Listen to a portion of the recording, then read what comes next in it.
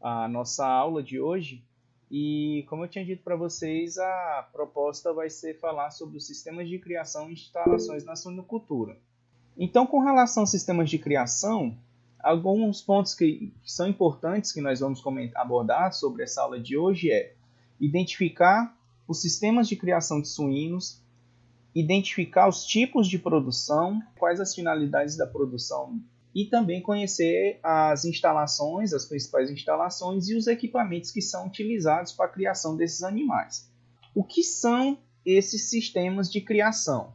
Os sistemas de criação vão ser formas e finalidades para poder criar esses animais. É o jeito como você cria os seus animais. O Raí apresentou mais cedo a criação dele com os animais soltos, criação os animais à vontade lá, todo mundo cochilando na hora depois do almoço, com uma sombrinha, uma paisagem bonita. Então eles estão muito bem tranquilos lá naquela paisagem. Pode ser também confinado, como aqueles animais lá do CTF, e na forma combinada, que seria os animais tanto terem um momento que são criados soltos, como também outro momento em que são criados confinados. Os tipos de criação, produzir esses animais para o abate ou leitões para recria, existem alguns produtores que fazem a criação de leitões e repassam esses leitões para outros criadores poderem fazer a terminação.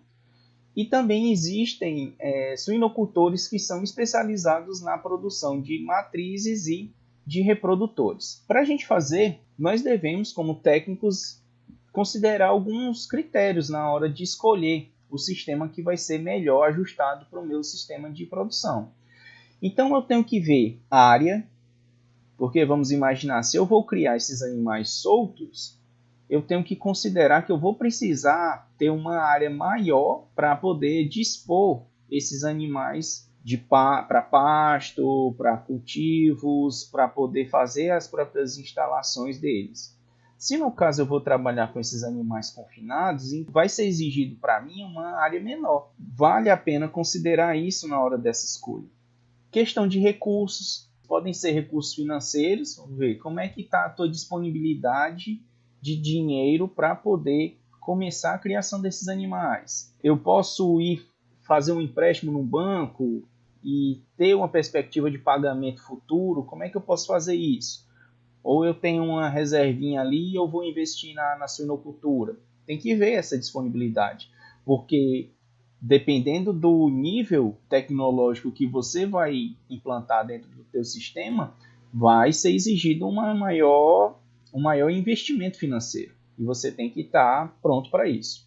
Recursos tecnológicos, e aí tecnologia, muitas vezes a gente pensa que seria algo como, por exemplo, já uma inseminação artificial, como foi comentado na aula passada, mas às vezes pode ser uma cobertura de palha que você pode aproveitar. Então, uma coisa que a gente vai comentar aqui é você utilizar aquilo que você tem à sua disposição, justamente para tentar reduzir custo na hora de implantar o sistema. Então, se eu não tenho um recurso financeiro para fazer uma cobertura de alvenaria, com telha, armações de concreto, eu pego madeira que eu tenho disponível na fazenda, pego palha, pego uns restos de telha que sobrou de alguma reforma e coloco lá para fazer a minha estrutura, certo? Então eu tenho que ver todos os recursos tecnológicos que eu tenho disponível.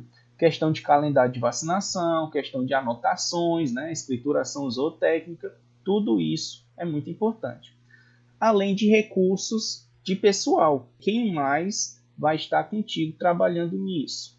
É claro que contigo no sentido de produtor, mas no caso você como técnico, quem o produtor que você vai assistir tem de disponibilidade de pessoas. Ele tem algum colaborador, algum funcionário, ou alguém da família vai ajudar ele, ou ele vai ter que cuidar disso sozinho. Vamos lembrar que dependendo da quantidade de animais, dependendo do tipo de sistema que ele vai adotar, ele vai precisar de pessoas acompanhando ele para poder ter um auxílio em determinados serviços. Outro critério importante é a capacidade de gerenciamento. Então a gente tem que ter planejamento dos insumos que vão entrar, O que seriam esses insumos? A alimentação, já que a maior parte da alimentação dos suínos vem de fora, na questão é principalmente milho, soja, medicamentos, venda de animais, planejamento para a venda desses animais, programação da época de parição das matrizes para eu ter disponibilidade de leitões com uma certa frequência ao longo do ano.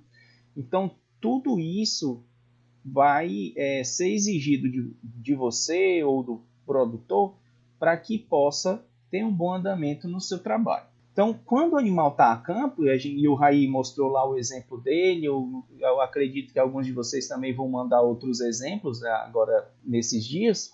Quando eu tenho esse animal a campo durante todo esse período, é quando eu estou tratando do sistema extensivo. E aí, quando a gente fala todo o período produtivo, quer dizer, em instante algum, esse animal fica preso além da hora de dormir, né? Que aí o pessoal também não vai deixar os leitãozinhos lá de bobeira, as matrizes de bobeira para o sócio ir lá pegar à noite, né? Mas enfim, a fase de cobertura, de gestação, de lactação e toda a criação dos leitões, desde o nascimento até o período do abate, esses animais são criados soltos. Tem uma vantagem com relação a esse tipo de criação, porque é exigido de você uma menor quantidade de recurso tecnológico. Então, eu não preciso ter gaiola, eu não preciso ter baia, eu vou precisar ter um local coberto para abrigar esses animais e cercado, e essa área coberta e cercada eu posso trabalhar nela com recursos da própria fazenda, eu não preciso fazer uma construção muito sofisticada, algo simples vai me atender e vai ser bastante funcional e sem gastar muito, e também vou gastar menos no fim das contas, né? Então isso é uma grande vantagem para esse tipo de criação. É claro que eu tenho que ter uma disponibilidade de cercados, uma vez que eu acho que vocês já devem ter visto por aí muito suíno andando com aquelas forquilhas no pescoço, né? Ou cambito, não sei como é que vocês chamam aí no Piauí. Aqui no Ceará a gente chama ou forquilha ou cambito. Significado de suíno que tem mania de passar cerca. Então, para você não ter o risco desses animais ficarem andando por locais que não devem, você tem que ter cercas bem construídas, né? E aí essas cercas é uma parte importante de você ter um cuidado nesse tipo de criação extensiva. Por outro lado, nesse tipo de criação você vai dispor de um menor índice de produtividade. O que seria isso? Como os animais estão soltos, eles vão andar mais, vão gastar mais energia caminhando, procurando o alimento, e isso vai fazer com que eles tenham uma velocidade de ganho de peso menor do que dos animais que estão confinados. Ah, professor, mas é porque solto a gente cria esses bichinhos qualquer e confinado e vai criar aqueles animais de raça, mesmo se fossem os animais da mesma raça. Eu acho que vocês já devem ter visto, o pessoal quando pega algum leitão que diz, isso aqui eu vou guardar para engorda, o que eles fazem? Coloca dentro de um chiqueiro. Porque o animal dentro do chiqueiro não vai sair para lugar nenhum, ele limpa, né? O pessoal tem essa ideia. No momento em que ele está preso ali dentro daquele chiqueiro, ele tem um menor risco de pegar algum verme, alguma outra doença. E como ele não está andando muito e está comendo bastante, ele vai engordar mais rápido. Diferente daqueles que estão explorando as áreas em busca de alimento lá, criados soltos. Então a produtividade é mais baixa. Parte da produção também vai ser destinada ao fornecimento de carne para alimentação do proprietário.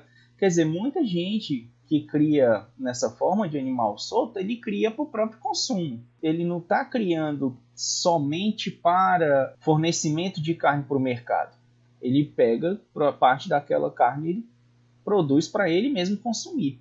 Então esse é outro ponto importante, né? Vamos imaginar, a pessoa que tem a sua fazendinha, tem a sua propriedade, pega e cria sua galinha, cria seu porco, seu cabrito, né? E vai ter uma diversidade de culturas dentro da sua fazenda, da sua propriedade, para que parte desses produtos sirvam de alimentos para eles. Isso diminui o custo, né, e diminui a dependência de você ter que ficar comprando em mercados, traz uma segurança alimentar maior, porque você está adquirindo alimento que você sabe qual é a procedência, então você tem uma segurança alimentar maior nesse sentido, faz todo um benefício para aquela comunidade. Então, aqui um modelo bem comum de criação dos animais. Então, a gente vê aqui os animais aí, e aí não tem separação por categoria, não tem separação por sexo, que seria uma tecnologia, você separar os animais em lotes, vamos entender assim. Está criado junto com galinha, com pato. Então isso é um cenário bem comum, esse tipo de criação. E como vocês podem ver, estão numa condição boa, mas você não vê nenhum controle. Então você aqui dificilmente vai saber, como a gente falou na monta natural na aula passada, qual a fêmea que está apresentando o cio para você escolher um reprodutor para cobrir ela. Tá todo mundo junto, tá todo mundo misturado. Na hora que a fêmea apresenta o cio, o reprodutor já percebe e o que tiver mais próximo vai lá e faz a cobertura. Então você não tem um controle muito bom nesse aspecto.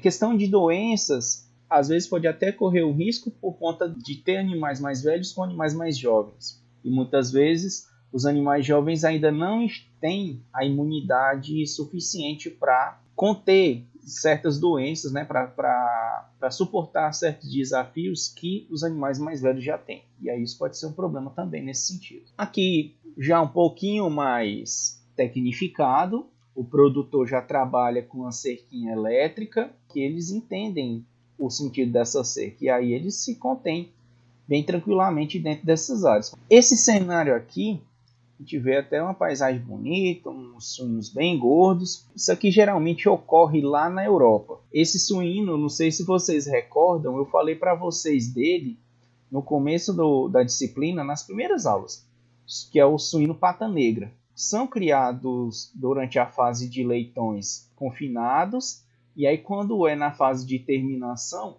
eles vêm para essas áreas onde tem essas árvores de oliveira e consomem as azeitonas que caem. E aí essas azeitonas têm um óleo que vai trazer um sabor diferente para a carne e que é muito apreciado.